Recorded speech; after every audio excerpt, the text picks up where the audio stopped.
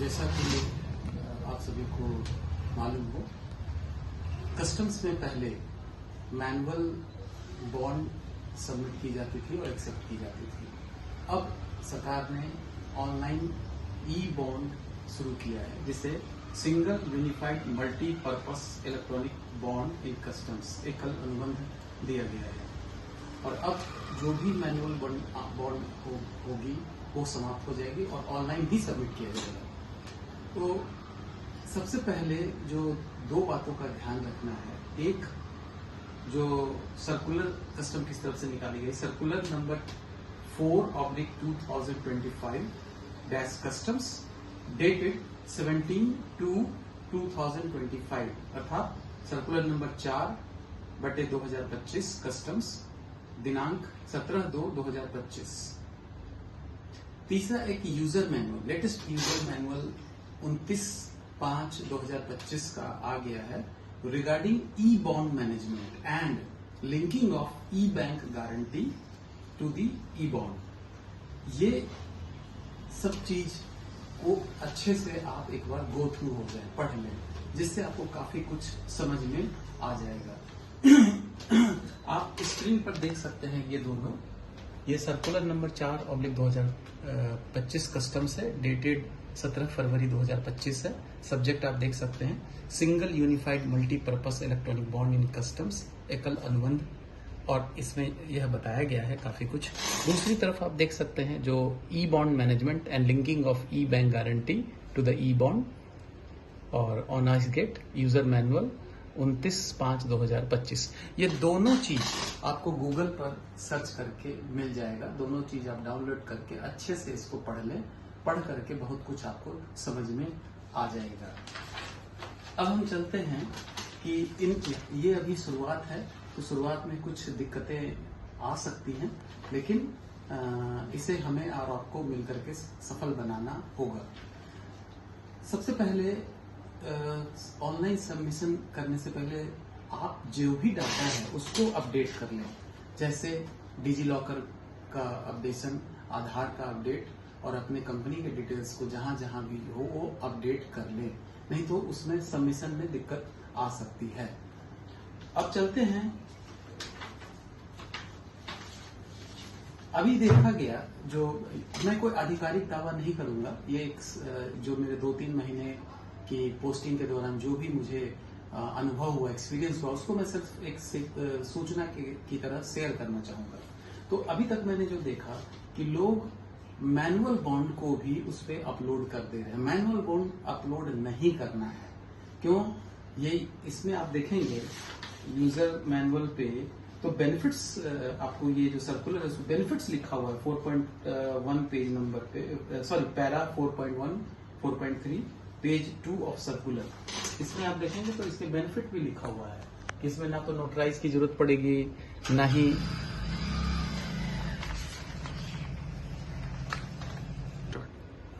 आप देख सकते हैं कि पैरा 4.3 में क्लियर कट लिखा हुआ है, further it also clarified that in view of capability to identify the executants and time stamping of the electronic signatures, there is no further requirement of notaries during SEB execution process। तो आपको manual bond लगाने की जरूरत नहीं है, इसमें ना ही witnesses की जरूरत पड़ती है, ना ही नोटरी की जरूरत पड़ती है। इन सभी चीजों से आपको निजात मिल जाएगी। इसको इशू करने से पहले कुछ चीजें आप ध्यान दें। Good computer system, good internet work, personal handling the issue should have person जो इसको हैंडल कर रहे हैं उसको अच्छे से जानकारी होनी चाहिए प्रोसेस का। वो यूजर मैनुअल और सर्कुलर को अच्छे से पढ़ ले और हर चीज को अपना रेडी रखिए। डॉक्यूमेंट्स हो गया, मोबाइल हो गया जिसपे कि OTP आएगा, और इररिलेवेंट डॉक्यूमेंट्स नहीं अपलोड करना है। उसमें केवल bill of entry, invoice, insurance, date of incorporation certificates, यही सब अपलोड करना है। इसके अलावा इररिलेवेंट जब तक कोई डॉक्यूमेंट्स मांगा ना जाए नहीं अपलोड करना है। और दूसरी चीज, डॉक्यूमेंट्स जो भी होगा वो 1 MB से कम ही रखना होगा, तभी अपलोड हो पाएगा। अब documents to upload, bill of entry, invoice, insurance certificate, space certificate issued by the department, PAN and Aadhaar of authorise signatory, date of incorporation certificate. Date of incorporation certificates जो होता है वो कंपनी ऑफ रजिस्ट्रार का जो registration होता है उसमें एक पोर्शन होता है सर्टिफिकेट ऑफ इनकॉर्पोरेशन, उसी में वो डेट लिखा होता है, उसी को इनकॉर्पोरेट करना है और उसी सर्टिफिकेट को लगाना है। अब एक जगह इसमें आता है कौन सा स्टेट चुना जाए, तो स्टेट आप देखेंगे page number 9 of user manual. User manual के पेज नंबर 9 पे अगर आप जाते हैं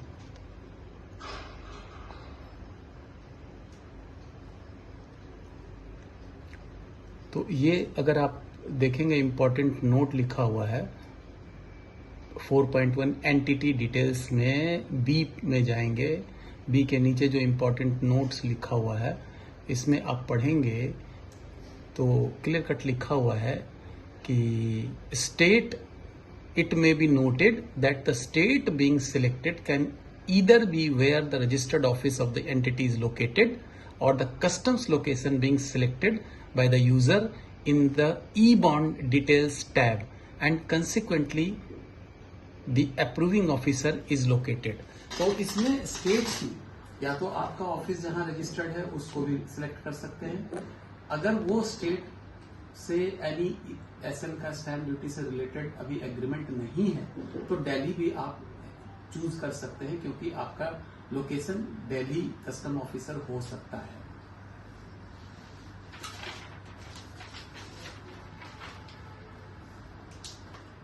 अब आता है बॉन्ड सिनेरियो। बॉन्ड सिनेरियो में भी बहुत लोगों को कंफ्यूजन होता है, कोई बोलते हैं आरई बॉन्ड, कोई कुछ बॉन्ड, कोई कुछ बॉन्ड। एक चीज आपको याद रखना होगा, ये सिंगल मल्टीपर्पस ई बॉन्ड है, लेकिन फिर भी बॉन्ड सिनारियो के लिए आप page number 12 of user manual, page number 12 पे जाएं। ये पेज नंबर 12 है। Bond scenario are listed below. अगर आप देखेंगे, please note that the purpose code for the same scenario is different for each entity type। इसमें ये सारे दिए हुए हैं और इसके बाद ये पूरा दिया हुआ है। If required user can remove the bond scenario. इसमें से आप रिमूव भी कर सकते हैं, ऐड भी कर सकते हैं सारे सिनारियो जो भी है। The user can add multiple scenario, ये भी देख रहे हैं, जी में है। The user can upload. अब पहले सर्कुलर में जो 4/25 है बॉन्ड सिनेरियो के बारे में पेज नंबर 17 से 20 तक आप देखेंगे।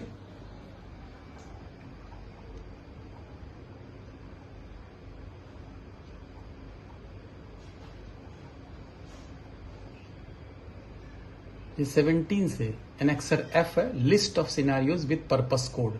आप देख रहे हैं सिनेरियो है, कोड है, पर्पस है और बीजी परसेंटेज है, क्वांटम ऑफ बीजी। ये सारा टेबल बनाकर लिखा हुआ है। इसको बहुत अच्छे से आप गो थ्रू है, जो भी हैंडल करेगा तो इसमें काफी कुछ समझ में आ जाएगा कि किसमें क्या आपको बॉन्ड सिनेरियो में आपको क्या लिखना है।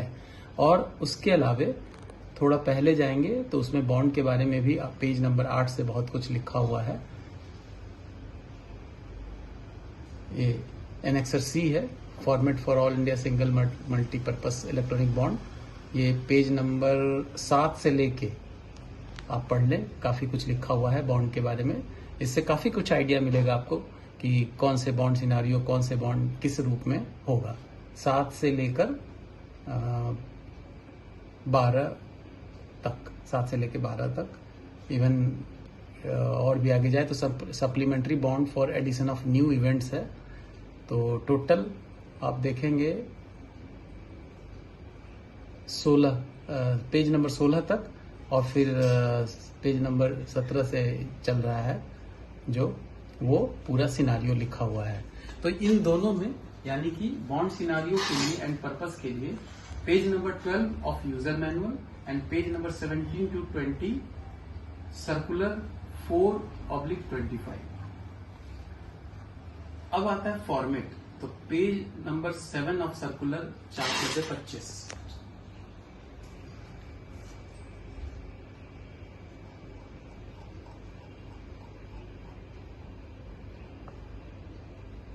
ये फॉर्मेट जो भी मैं कह रहा था कि पेज नंबर 7 से लेके 16 तक ये सारा चीज दिया हुआ है।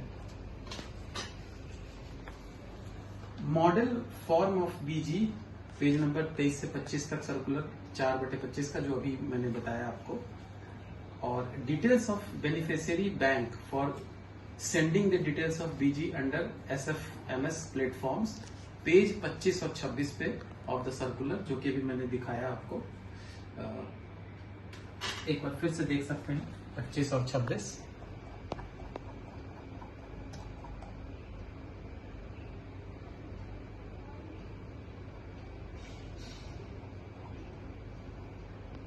ये है 25, पेज नंबर 25।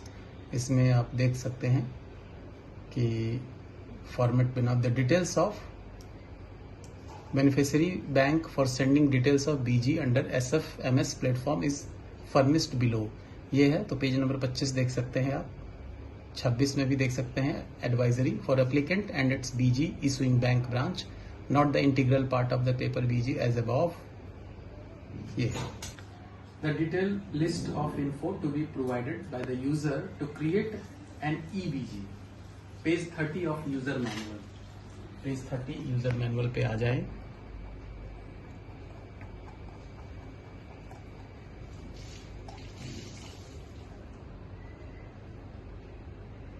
ये पेज 30 देख सकते हैं about the EBG user manual.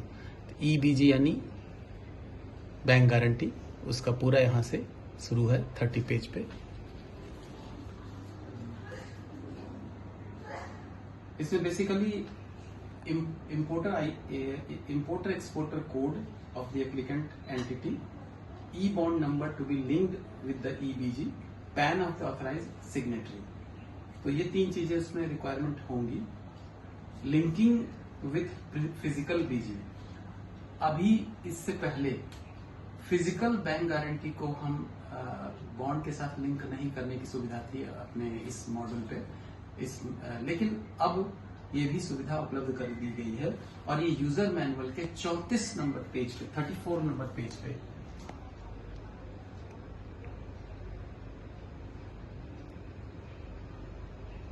ये दिया हुआ है। The bond 34 the user will inter bank guarantee, ये पूरा दिया हुआ है 34 पेज नंबर पे। तो ये सारे चीजें आपकी लिंकिंग के लिए दिया हुआ है, आप देख सकते हैं। Link EBG, assessing the linkage facility BG with bond, you can see यहाँ पे दिया हुआ है linking of E bank guarantee to the bond. Page number 29 के बाद से ये शुरू है।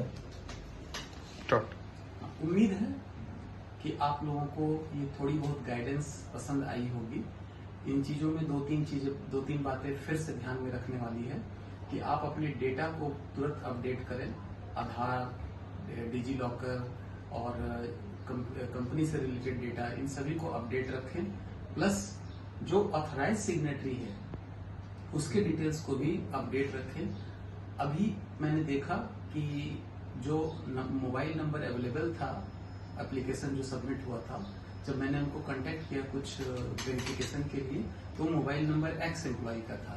तो इससे आपके ई साइनिंग में प्रॉब्लम आ सकती है। तो ऑथराइज सिग्नेटरी के डिटेल्स को आप अपडेट जरूर रखें और उसके बाद डिजी लॉकर में अपडेट करें अपने आधार रजिस्ट्रेशन को। और पूरा डेटा अगर आप रखते हैं तो आपका ई बॉन्ड जनरेशन बहुत आसान होता है। इसके अलावे अगर फिर भी आपको दिक्कत आती है तो आप जरूर आइस गेट के आइस गेट